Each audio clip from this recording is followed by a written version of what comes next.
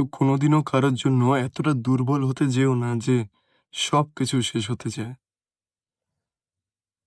বর্তমানে আমি একটা শেষ অবস্থায়। আমার মা-বাবা হসপিটালাইজড। আমি একটা মেয়ে যার জন্য দীর্ঘ ৪ বছর অনেকটাই পাগল হয়ে গিয়েছিলাম তা ছেড়ে দেওয়ার জন্য। তার জন্য আমি অনেক কিছু দেখতে ব্যর্থ হয়েছি। নিজের জীবনে অনেক কিছু হারিয়েছি। অনেক কিছু কমতি রেখেছি। কিন্তু সে ছেড়ে দিয়েছে তো, সে তো ভাবেনি।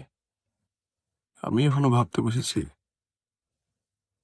বর্তমানে এই এলাকায় বা এই রাজ্যে, এই জেলায় থেকে বা এই শহর থেকে আমার জন্যে ভুলে যাওয়া, যাওয়া সম্ভব নয়।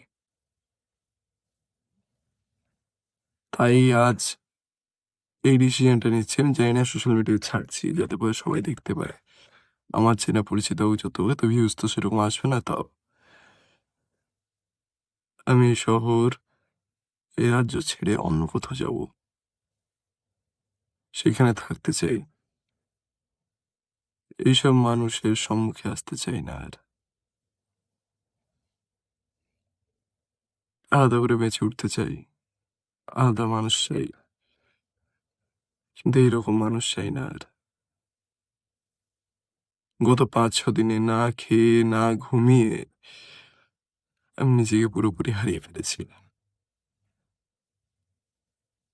আজকে যখন মা আর বাবাকে হসপিটালে দেখলাম, তখন বুঝলাম কত বড় ভুল করেছি। এই অবধি রইল। আমি বিদায় নিচ্ছি এই সবকিছু থেকে, এই মানুষগুলোর থেকে। দিয়ে নতুন করে জীবন শুরু করব, নতুন জায়গায়।